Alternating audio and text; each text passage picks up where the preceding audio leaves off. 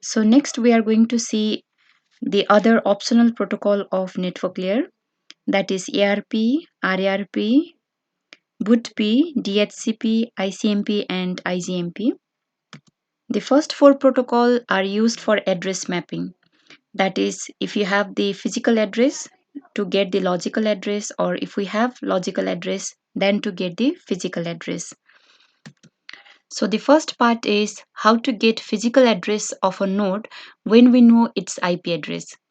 This is required whenever we want to send a message from one node to another node. See, if we have the IP address of a node, then using that IP address, we will be able to determine the route to reach that destination node. But when we have to physically transmit a signal for that node, then we need the physical address of that node. As we know that physical address is the address that will be imprinted in a node, and the physical layer will be able to identify the physical address only. So if we want to send a data to another node, we need to know its physical address, and in that physical address we will be transmitting the data. And the logical address of that node will be used to identify the path about how to reach that particular node. Now suppose if a node knows the IP address of another node but does not have the physical address of another node, then it can use this protocol, that is address resolution protocol. So using this address resolution protocol, a node which knows the IP address of another node will be able to determine the physical address. So how this address resolution protocol works is, whenever a system wants to know the physical address, it will create a ARP request packet, and that will be broadcasted in the entire network. So every other device in that network will be getting this ARP request message. Now, any node having the IP address matching, then it will be determining its own physical address, and then that physical address will be inserted in a packet that is called ARP reply packet, which will be unicasted to the requester node. So remember here that while sending the request, it will be broadcasted within the network, and whichever node is the IP address of that node matches, then it will be unicasting the reply message to the actual sender. Now this is the packet format of the ARP packet, that it is going to have the first field as hardware type. Hardware type means the type of physical layer. If it is Ethernet, then the hardware type value will be equals to 1. So that is nothing but the type of network on which this ARP packet is going to be transmitted.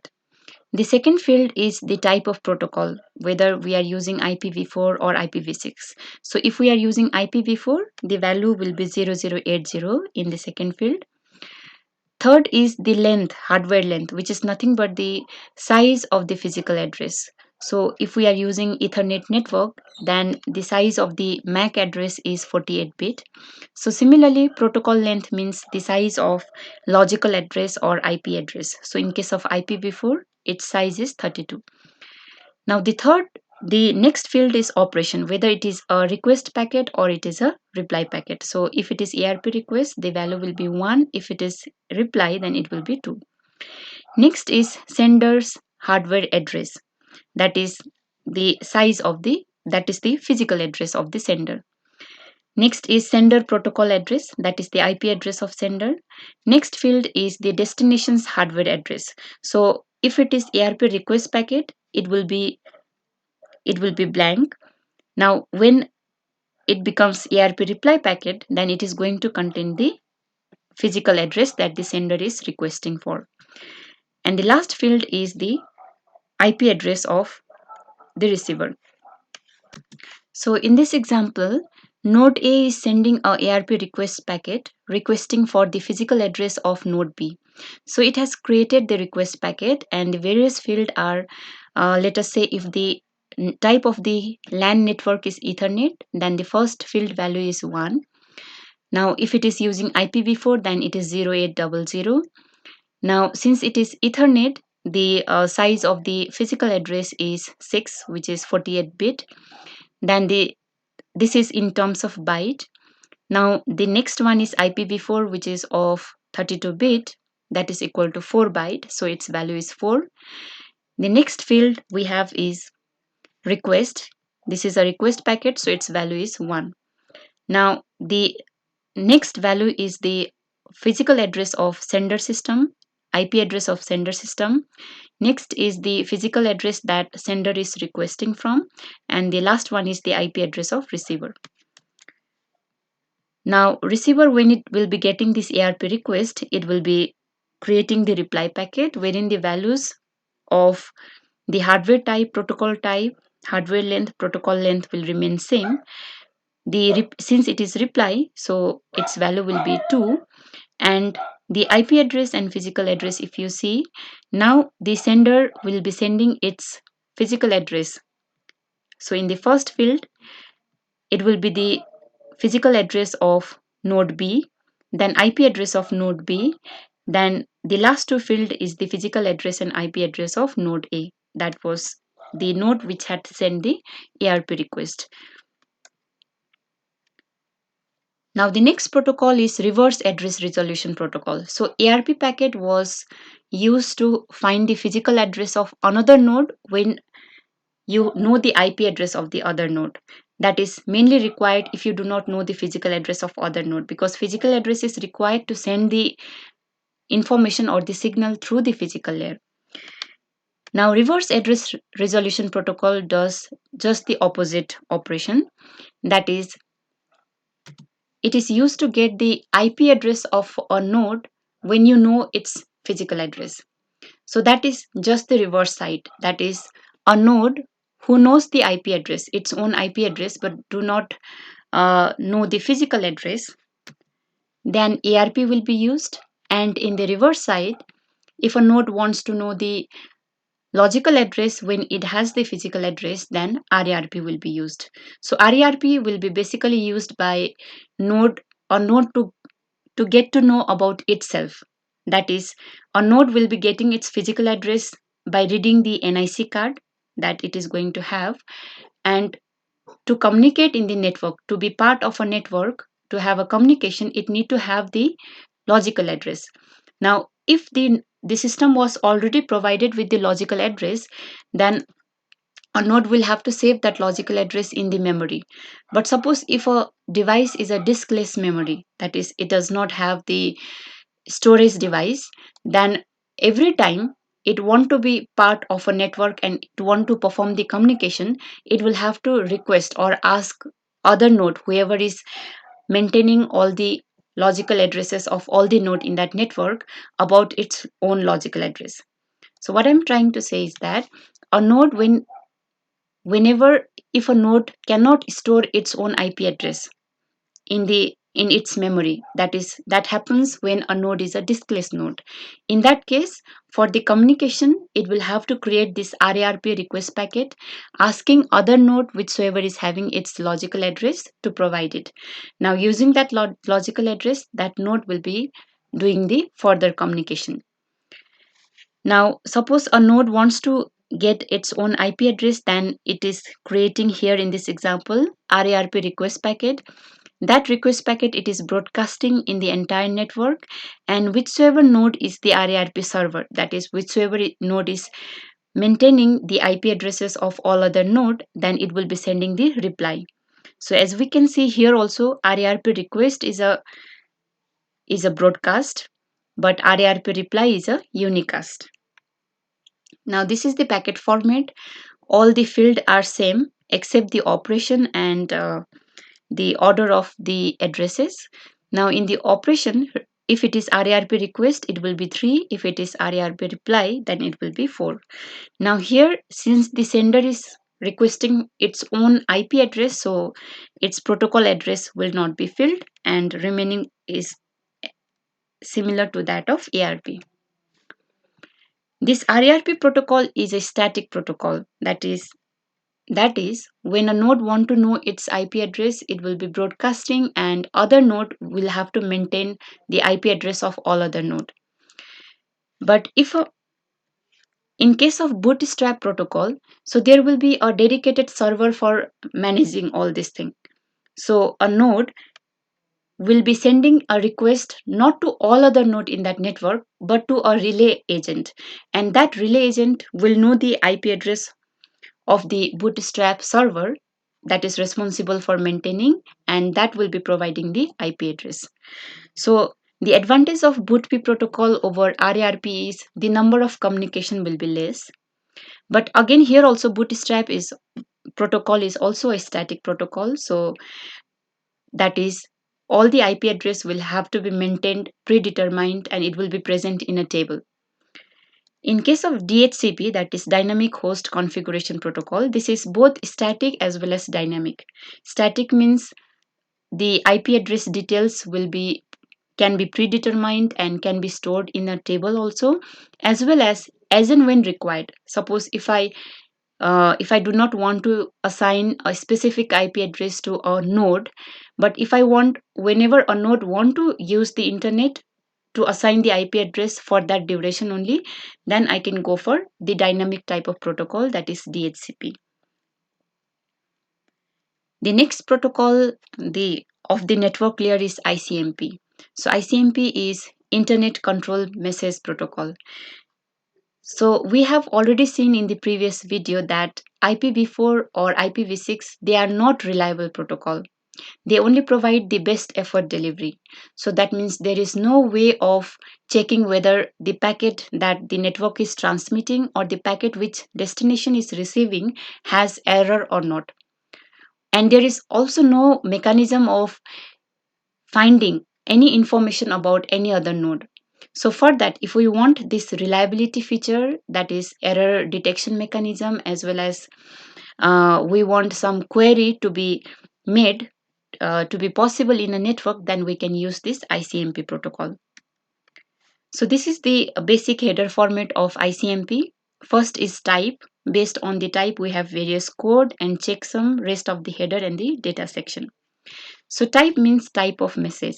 So ICMP, it is broadly categorized into two category ICMP messages. One is error reporting, the other one is query message.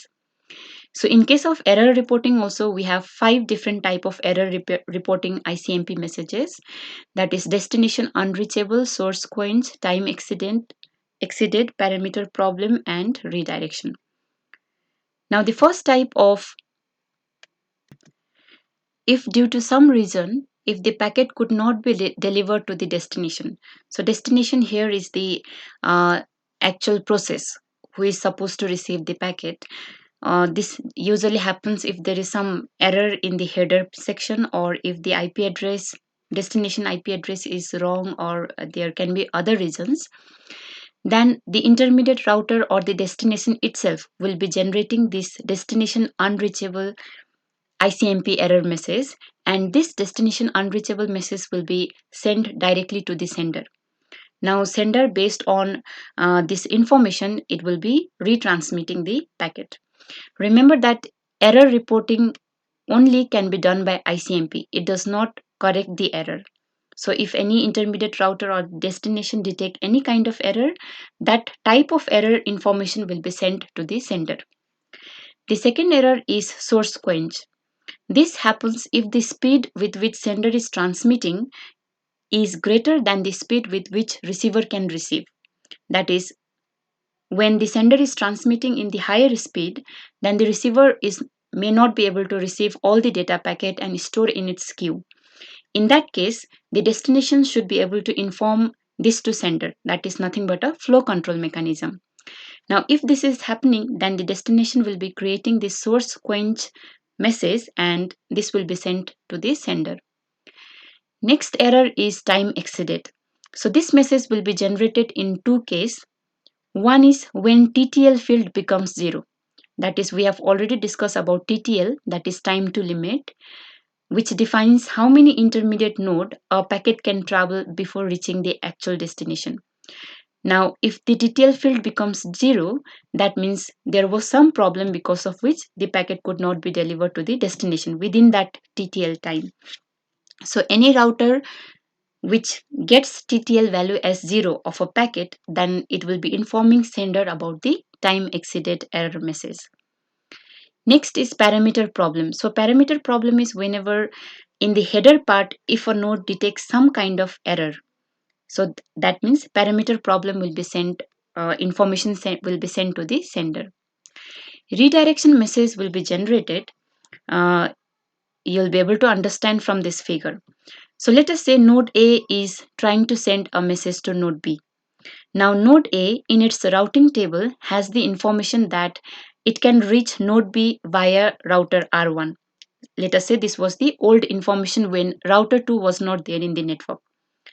So when router 2 was not there, the information that will be present in node A's computer will be to send via R1. So node A will be creating a packet and it will be sending to R1.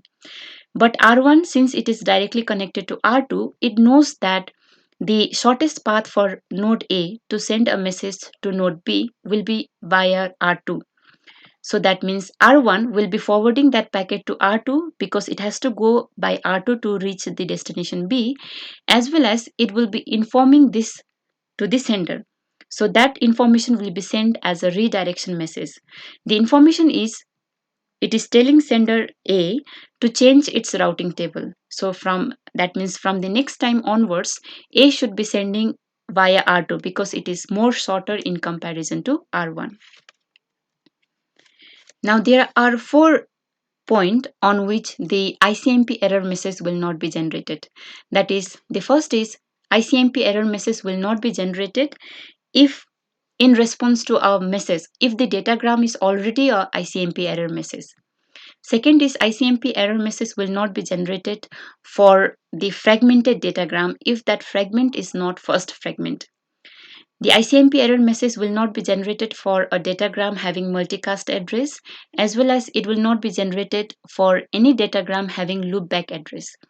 The reason for this is all this type of messages are not very important. So they are used either for multicasting, for loopback means within a computer. So for all this reason, ICMP error message will not be generated. Now this is another type of ICMP message, that is query message. Query message is mainly used to know about another node or another router or another device of the network. So there are 4 types of query message. One is echo request reply, timestamp request reply, address mask request reply, and router solicitation and advertisement. Echo request and reply message can be used by a node to find whether another node is alive or not. So suppose if I want to communicate with another node, before sending the actual data, I will first of all I will try to see whether that other node is active or not. So I'll be sending echo message. If I get the reply, then yes, the other node is functioning properly. So I can send the data. The next one is timestamp request and reply. This message will be used to find the round trip time. That is to figure out what will be the maximum time that the packet will take to reach to that particular node and for the reply to reach back to the sender. Next one is address mask request and reply. This is mainly used to get the mask address of another node. The next one is router solicitation and advertisement.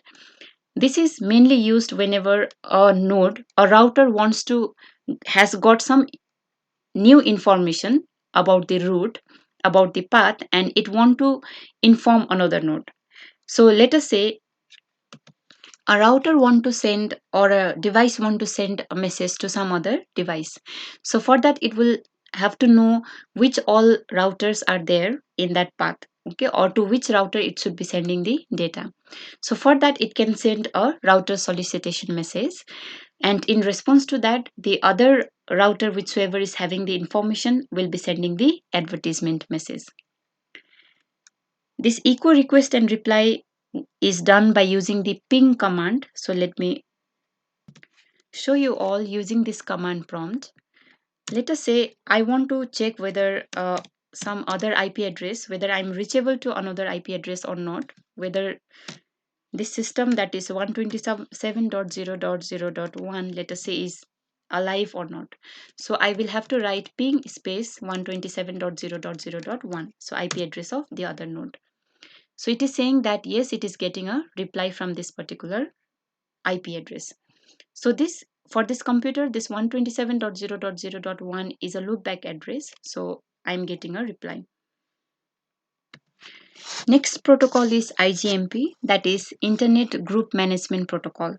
So this is a protocol that is used to manage the group, which is required for multicasting. So meaning of multicasting is to send a message to group of user.